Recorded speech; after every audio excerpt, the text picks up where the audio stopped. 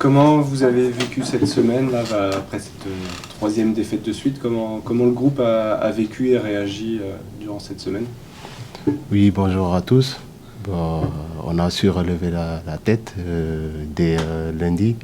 On n'avait pas le choix. On sait que c'est dur en ce moment, mais on a bien travaillé cette semaine. Et avec le coach, il ne nous lâche pas. On continue à travailler. On espère montrer ça dès demain.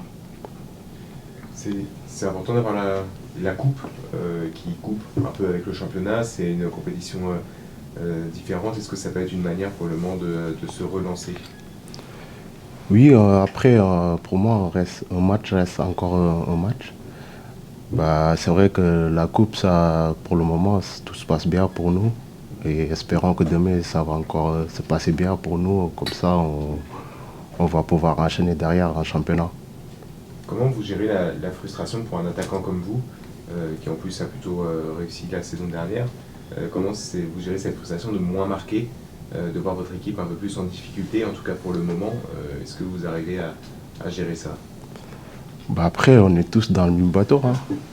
Je pense que c'est compliqué, j'avoue, mais on va continuer à travailler. On n'a pas le choix.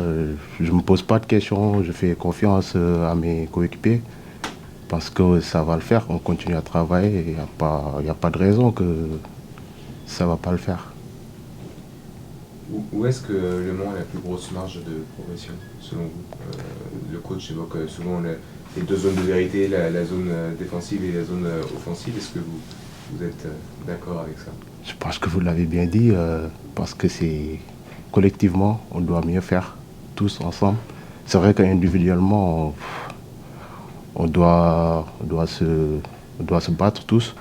Mais après, surtout collectivement, on doit mieux faire pour poser beaucoup de problèmes à l'adversaire. Vous pensez que cette équipe a la capacité de, sans parler d'objectif, d'accrocher plutôt le haut de tableau plutôt que, pas forcément la zone de relégation, mais au moins la deuxième partie? Vous pensez que cette équipe a la force et les capacités de jouer la première partie de tableau cette saison? Ouais, sincèrement, je pense que on est capable. Après, il va falloir, comme j'ai dit, qu'on fasse beaucoup mieux individuellement et surtout collectivement. Si on fait les choses ensemble, collectivement, on va y arriver. Sur ça, j'ai aucun doute. C'est difficile pour l'instant pour l'équipe à domicile. Est-ce que vous, les joueurs, comment vous voyez ça? Est-ce qu'il y a une explication particulière que vous pourriez avoir? Je sais pas, franchement, je sais pas. Franchement, j'ai pas la réponse sur ça. Moi, pour moi, personnellement, ça change rien pour moi. Quand je suis sur le terrain, pour moi, un match reste un match.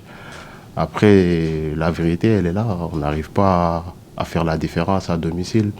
Mais je pense que si on continue à travailler comme on est en train de le faire, on va réussir à renverser la situation.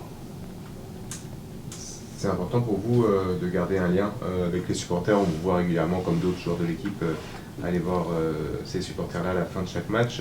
Est-ce que pour vous, c'est une incidence, une importance toute particulière dans les résultats bruts du Mans FC? Oui, pour moi, c'est très important. Les supporters, ils sont toujours là. Ils font les déplacements avec nous. Donc, pour moi, c'est très important, même quand ça va mal, d'aller les voir. Parce qu'ils sont toujours là. Des fois, ils sont à l'entraînement. Donc, et aujourd'hui, on est une famille. Donc, on a besoin de tout le monde.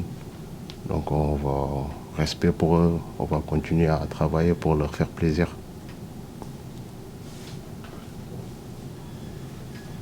C'est bon? Okay, ouais.